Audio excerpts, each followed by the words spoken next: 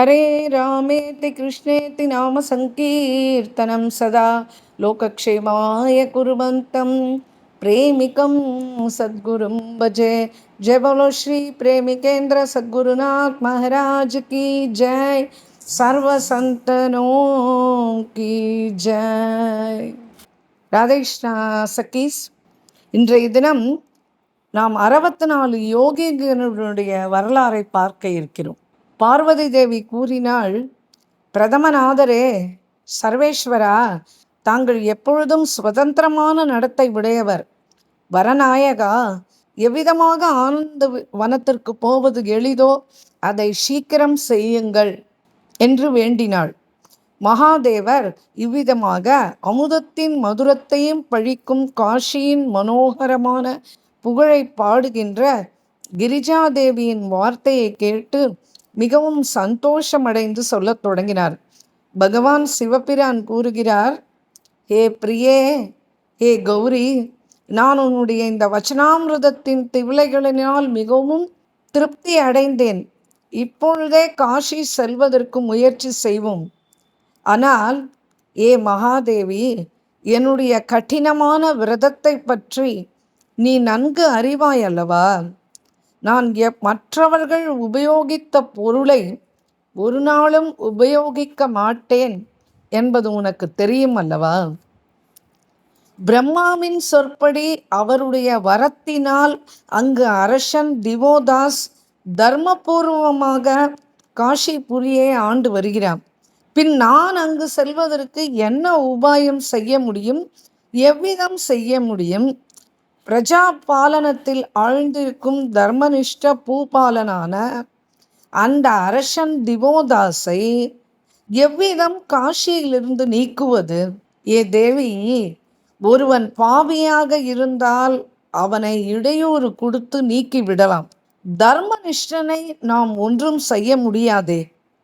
அதனால் காஷிக்கு யாரை அனுப்புவது, அவனை காசியிலிருந்து எவ்விதம் வெளியில் அனுப்புவது என்பதை நான் யோசித்து கொண்டேதான் இருக்கிறேன். ஏ பிரேமவர்தினி, தர்ம மார்க்கத்தை அனுசரித்து செல்லும் ஜனங்களுக்கு ஒரு இடையூறு செய்தோமே ஆனால் அந்த இடையூறை விளைவித்த கர்த்தாவிற்குத்தான் அது கடைசியில் இடையூறாக முடியும். தர்மிஷ்டர்களுக்கு அதனால் ஒரு கெடுதலும் வராது. அவனது தர்மராஜ்யத்தில் ஒரு சிறிதளவு விரிசல் காணாத வரைக்கும் நான் அவனை அங்கிருந்து நீக்க முடியாது. ஏனென்றால் ஏ பிரியே, தர்ம துரந்தரர்களை ரட்சிக்க வேண்டியது என்னுடைய பொறுப்பு. இந்த உலகத்தில் தார்மீக ஜனங்களை, தார்மீக வழியில் நடப்பவர்களை வயோதிகத்தினாலும் அழிக்க முடியாது. காலதேவனும் அவர்களை கொல்ல முடியாது. ஒரு வியாதியும் அவர்களுக்கு இடையூறு விளைவிக்கவும் முடியாது.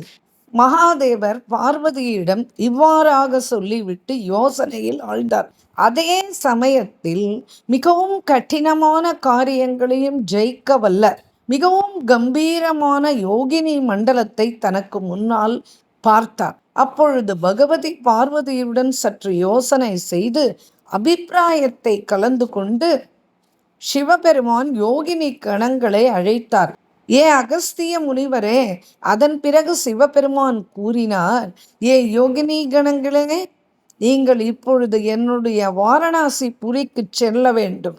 அங்கு ராஜா திவோதாஸ் தர்மபூர்வமான ராஜ்ய பரிபாலனம் செய்து கொண்டு இருக்கிறார். அதனால் நீங்கள் அங்கு போய் உங்கள் யோக மாயையின் பலத்தினால் அவனை எவ்வாறாவது ஸ்வதர்மத்திலிருந்து நழுவ செய்ய வேண்டும். சீக்கிரம் அவன் காசியை விட்டு போகக்கூடிய வழியை நீங்கள் ஏற்படுத்தவும். ஏ யோகினி கணங்களே, எப்படியானாலும் வாரணாசி புரியை மறுபடியும் புதுப்பித்து அதற்கு பிறகுதான் நான் காசியை சென்று அடையக்கூடிய வழியை செய்ய வேண்டும். இந்த விதமான யோகினி கணங்கள் மகாதேவனுடைய வாக்கை அருள் பிரசாதமாக ஏற்று அவருடைய ஆக்ஞையை சிரமேற்கொண்டு அவரை வணங்கிவிட்டு சென்றார்கள். அவர்கள் எல்லோரும் நமக்கு இன்று 2 துர்லபமான வரங்கள் கிடைத்துள்ளன. ஒன்று பகவானின் காசி ராஜ்ய வெகுமதி, மற்றொன்று காஷி தரிசனம். இந்த விதமான பிரசன்ன சித்தத்துடன் அந்த யோகினி கணங்கள் ஒருவருக்கொருவர் பேசிக்கொண்டு மந்திராச்சலத்தின் குஞ்ச கிரகங்களிலிருந்து கிளம்பி ஆகாச மார்க்கமாக மிகவும் வேகத்துடன் பறந்து கொண்டு சில நாழிகைகளுக்கு உள்ளாகவே தள்ளியிருந்த அந்த காஷிபுரியை தங்கள் கண்கள் செய்த பாக்கியத்தின் பலனாக பார்க்கத் தொடங்கினார்கள். பார்க்கத் தொடங்கிய பிறகு அவர்கள் தங்கள் காஷி தர்ஷன பாக்கியத்தை பெற்ற தங்கள் கண்கள் பெற்ற பயனை வர்ணிக்கத் தொடங்கினார்கள். இந்த காஷி மகோன்னதமான உப்பரிகைகளின் வரிசையின் மேல் பறக்கும் கொடிகளை வீசி வீசி கொடிகளின் நுனியினால் தூர தேசத்தில் இருக்கும் யாத்ரீகர்களை மரியாதையுடன் வாருங்கள் வாருங்கள் என்று அழைப்பது போல இருக்கிறது. இந்த மாளிகைகளில் பதித்திருக்கும் மணி மாணிக்கங்களின் பளபளப்பான கிரணங்கள் மிகவும் நீளமான ஆகாச மண்டலத்தை கூட ஜுவலிக்கச் செய்து மிகவும் அதி நிர்மலம் உள்ளவர்களாக ஆக்குகிறது. இவ்விதமாக காஷியை நோக்கி கொண்டு அந்த யோகினிகள் அனைவரும் தங்கள் மாயா பலத்தினால் தங்கள் தேவ உருவத்தை மறைத்து கொண்டு சாதாரண வேஷத்தை தரித்து கொண்டு அங்கும் இங்கும் ஒவ்வொருவராய், ஒருத்தி யோகினியாக, ஒருத்தி அயல் வீடு தேடி வருபவளைப் போல, ஒருத்தி 1 மாதமாக சாந்திராயண விரதம் அனுஷ்டிப்பவள் போல, ஒருத்தி செவிலித்தாயைப் போல, ஒருத்தி அப்பாத்துக்காரியைப் போல, ஒருத்தி கொடுக்கல் வாங்கலில் கெட்டிக்காரியைப் போல, ஒருத்தி பாம்பு பிடிப்பவளைப் போல, ஒருத்தி பௌராணிகரைப் போல, ஒருத்தி குழல் ஊதுபவளைப் போல, ஒருத்தி வீணை வாசிப்பதில் பராங்கதியாகவும், ஒருத்தி தாசியைப் போலவும், ஒருத்தி நர்த்தகியைப் போலவும், ஒருத்தி மிருதங்கம் வாசிப்பதில் தேர்ந்தவளாகவும், ஒருத்தி தாளம் போடுவதில் கெட்டிக்காரியாகவும், ஒருத்தி மந்திரவாதியாகவும், ஒருத்தி முத்துக்கள் கோர்ப்பதில் கெட்டிக்காரியாகவும், ஒருத்தி வாசனை திரவியங்கள் விற்பவளாயும், ஒருத்தி சதுரங்கம் விளையாடுவதில் வல்லவளாயும், ஒருத்தி வார்த்தை ஆடுவதில் சாதுரியவதியாகவும், ஒருத்தி வீடு வீடாக செல்லும் அவதூத சந்நியாசினியாகவும், ஒருத்தி கயிற்றின் மேல் ஏற்றி வித்தைகள் காட்டும் வித்தைக்காரியாகவும், ஒருத்தி குழந்தை இல்லாதவர்களுக்கு குழந்தை பிறப்பதற்கான யுக்தி சொல்லித் தருபவளாகவும், ஒருத்தி கைரேகையை பார்த்து பலன் சொல்லுபவளாகவும், ஒருத்தி சித்திரம் எழுதுபவளாகவும், ஒருத்தி வசீகரண மந்திரத்தை உபதேசம் பண்ணுபவளும், ஒருத்தி குளிக சித்தி, அஞ்சன சித்தி, ரசாயன சித்தி, பாதுகா சித்தி இவைகளை உபதேசம் செய்பவர்களாகவும், அக்னி ஸ்தம்பம், ஜலஸ்தம்பம், வச்சனஸ்தம்பம் முதலியவற்றை கற்றுத்தருபவளாகவும், கேசரி வித்தை கற்றுத்தருபவளாகவும், காணாமல் மறைய வித்தை கற்றுத்தருபவளாகவும், ஆகர்ஷண சக்தி கற்றுத்தருபவளாகவும், உச்சாரண மந்திரம் சொல்லித் தருபவளாகவும், தனது அங்கத்தின் காந்தியினால் எவ்வன சித்தங்களை திருடுபவளாகவும், ஒருத்தி ஜோதிடக் கலையில் நிபுணையாகவும், ஒருத்தி இச்சைப்பட்ட பொருளை வரவழைத்து கொடுப்பவளாகவும், ஒருத்தி பலவித வேஷங்களை தரித்து கொண்டு அதற்கு அனுரூபமான வேஷம் பாஷை இவைகளோடு கூட அந்த யோகினி பெண்கள் ஒரு கிரகஸ்தர்கள் வீட்டிலும் போய் நுழைந்தனர்.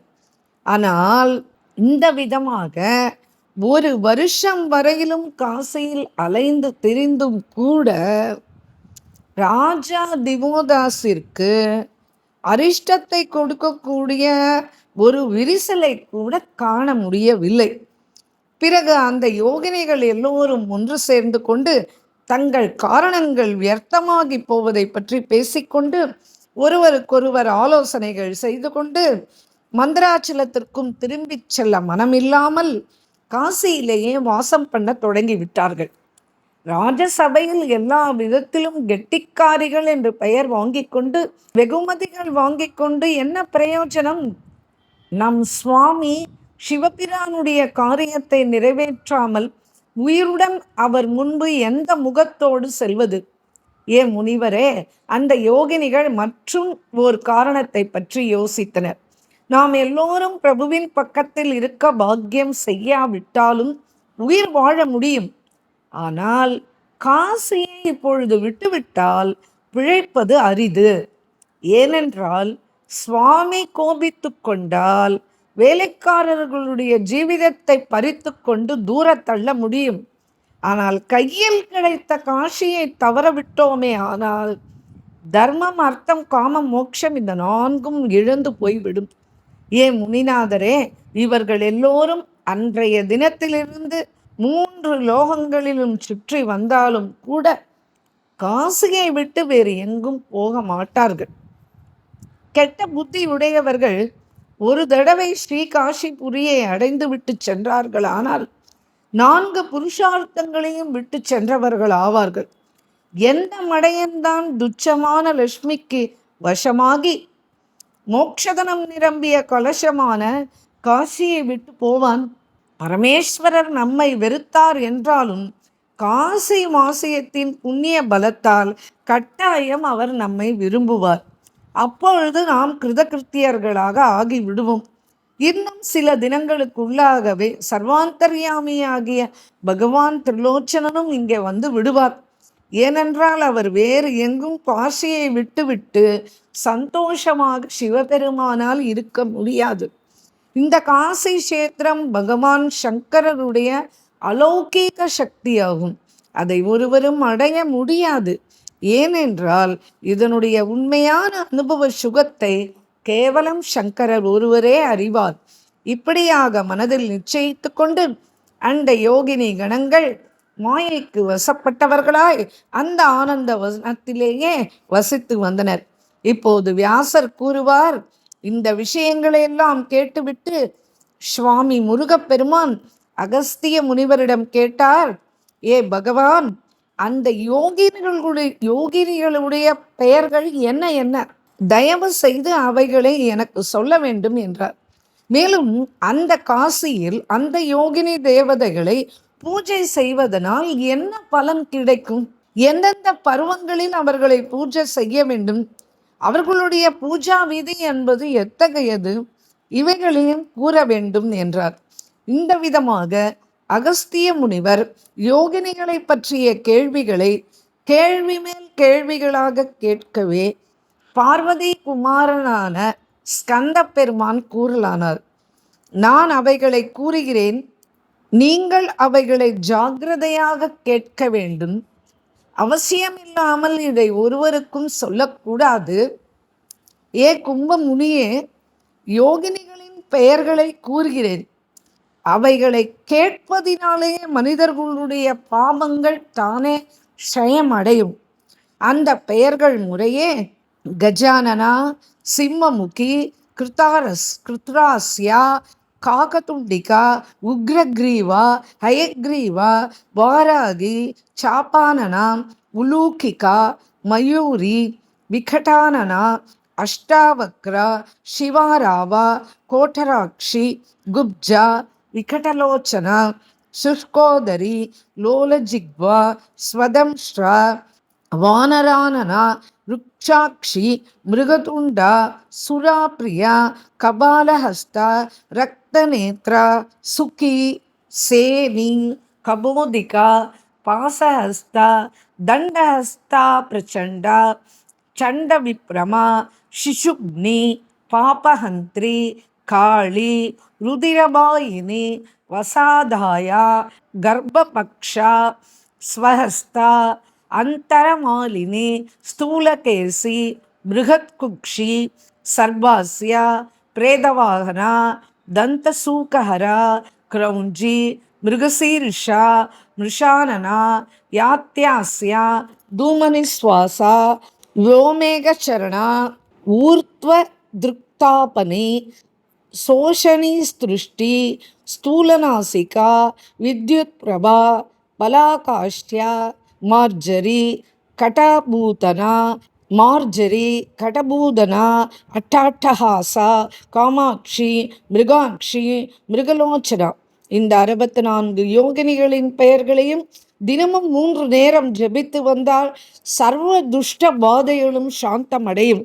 இந்த எல்லா பெயர்களையும் பாராயணம் பண்ணி வந்தால் டாகினி, சாகினி, குஷ்மாண்டா, வேறு ராட்சச கணங்கள் இவைகளால் ஒரு பொழுதும் உபதிரவமும் உண்டாகாது.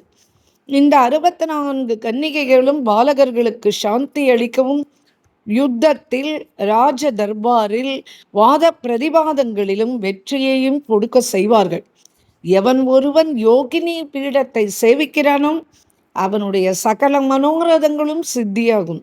மேலும் யோகினி பீடத்தில் அமர்ந்து மற்ற மந்திரங்களை உச்சரித்தாலும் சித்தி கிடைக்கும். தூபம், தீபம், பலி இவைகளுடன் மற்ற காணிக்கைகளுடன் யோகினிகளை பூஜை செய்தால் அவர்கள் சந்தோஷமடைந்து நமக்கு அனுகிரகம் செய்வார்கள். மந்திர சித்தி வாய்ந்தவர் யோகினி பீடத்தில் சரத்காலத்தில் விதிபூர்வமாக மகா பூஜை செய்தால் மகத்தான சித்திகள் வந்து அடையும். ஐப்பசி மாதம் சுக்லபக்ஷ பிரதமையிலிருந்து தொடங்கி நவமி வரையில் எவன் ஒருவன் யோகினிகளை பூஜை செய்கிறானோ அவன் சகல சித்திகளையும் பெறுகிறான். உத்தம ஜனங்கள் காசியில் கிருஷ்ணபக்ஷத்து சதுர்தசி என்று உபவாசம் இருந்து கண் விழித்தார்களானால் அவர்களுடைய எல்லா அபீஷ்டங்களும் நிறைவேறும்.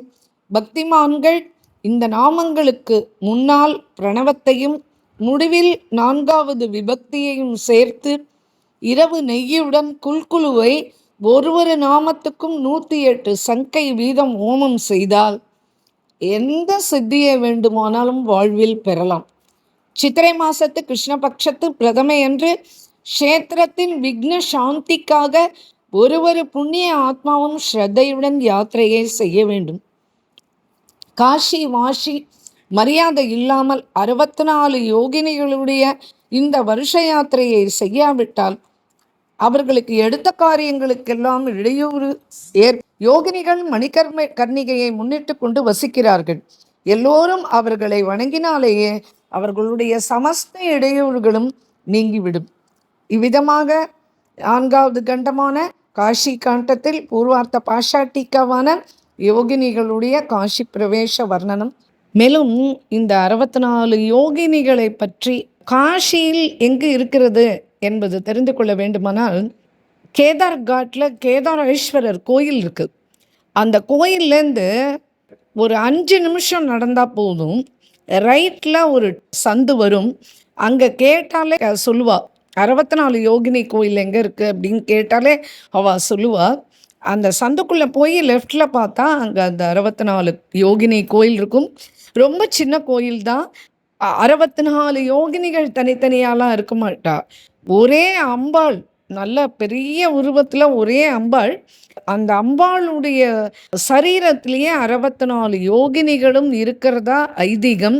அஷ்டமி ஒரு அஷ்டமியும் போதும் தேவி உபாசகர்கள் அங்கே போய் தூப தீபம் பலி கொடுத்து, பலினா அந்த மாதிரிலாம் இல்லை, சாதாரணமாக அது மாதிரி கொடுத்து நிவேதனங்கள் பண்ணி உபாசிக்கிற வழக்கம் உண்டு. காரிய சித்திக்கு ரொம்ப பேர் போன கோயில்.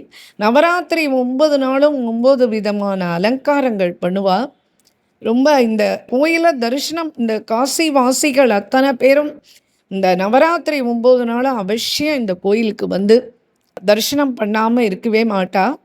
அந்த பூஜை பண்ணுறவர் மேலேயே தான் இருக்கார். கோயில் கீழே இருக்குது, மேலே அவருடைய கிரகம் இருக்குது. ஏகப்பட்ட மிராக்கிள்ஸ் சொல்கிறார் அவர்கிட்ட கேட்டால். இந்த மாதிரி நடந்துகிட்டே இருக்கும் இந்த இடத்துல அப்படின்னு சொல்லிட்டு இருக்கார்.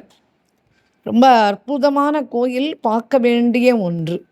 நம பார்வதி பதையே ஹர ஹர மகாதேவா. கோபிகா ஜீவனஸ்மரணம் கோவிந்தா கோவிந்தா. ஜெய் போலோ ஸ்ரீ प्रेमिकेंद्र सद्गुरुनाथ महाराज की जय. सर्व संतनों की जय. राधे कृष्णा.